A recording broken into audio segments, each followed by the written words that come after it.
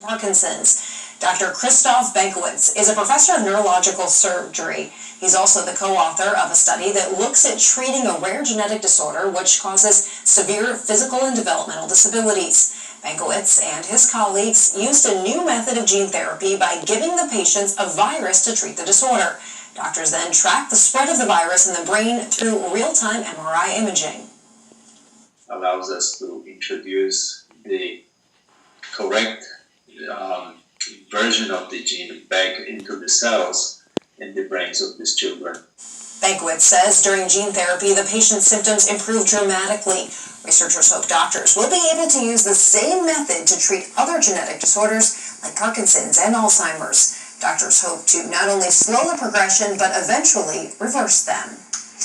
Right now, at least 80 wildfires are raging in 13 states, and nearly 20,000 firefighters and personnel are working on them. In Oregon, the bootleg fire is the biggest burning in the U.S. right now. So far, it has scorched through more than 300,000 acres. The inferno is so extreme, cameras can even capture it from space. For 9 days in a row, firefighters have had to flee its flames because it is so dangerous. Officials say they'll need help from Mother Nature to put the fire out. And now, your Storm Center 7 forecast with Chief Meteorologist McCall Vrydaghs. You've just got to feel for the folks out west who deal with this every single year, or the people who deal with hurricanes every year. Yes, absolutely. And I was looking up some information. So far for the year, since January, there has been so many wildfires. We're talking more than 35,000. Wow. That has created over 2.5 million acres of land have been burned by these wildfires. I think it's people's homes, their businesses on that land. Yeah, it's so sad. And of course, we send our prayers that way. We really hope that they can get some rain, because a lot of the problem is dry lightning. You have thunderstorms, but the rain evaporates, but there's still lightning. Gotcha. And that causes a lot of the wildfires. They're not all man-made. Then you don't have any rain to put them out. Right. Now, an effect of these fires is obviously wildfire smoke, and we have seen some of that smoke making its way all the way to the Miami Valley.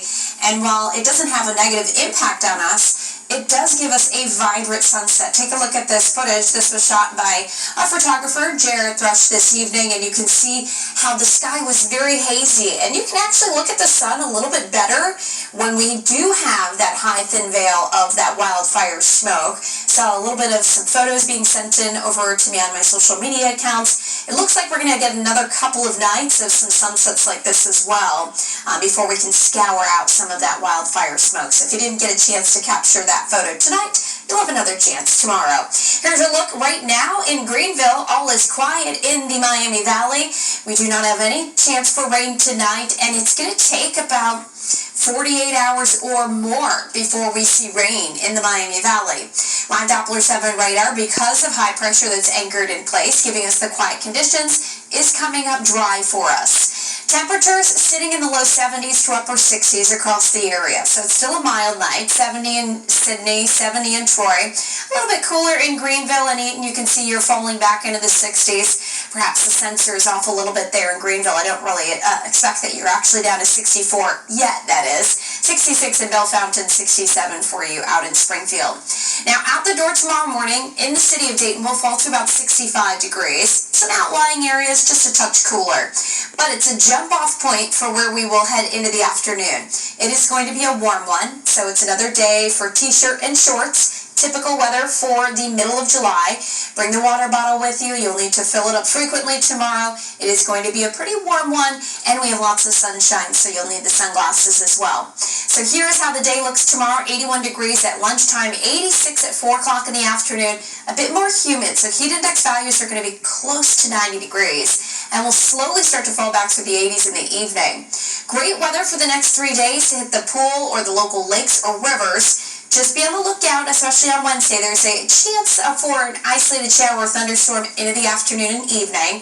Lesser chances Thursday, and then Friday and Saturday looks to be the best chance for some showers and storms for us as we get into the weekend.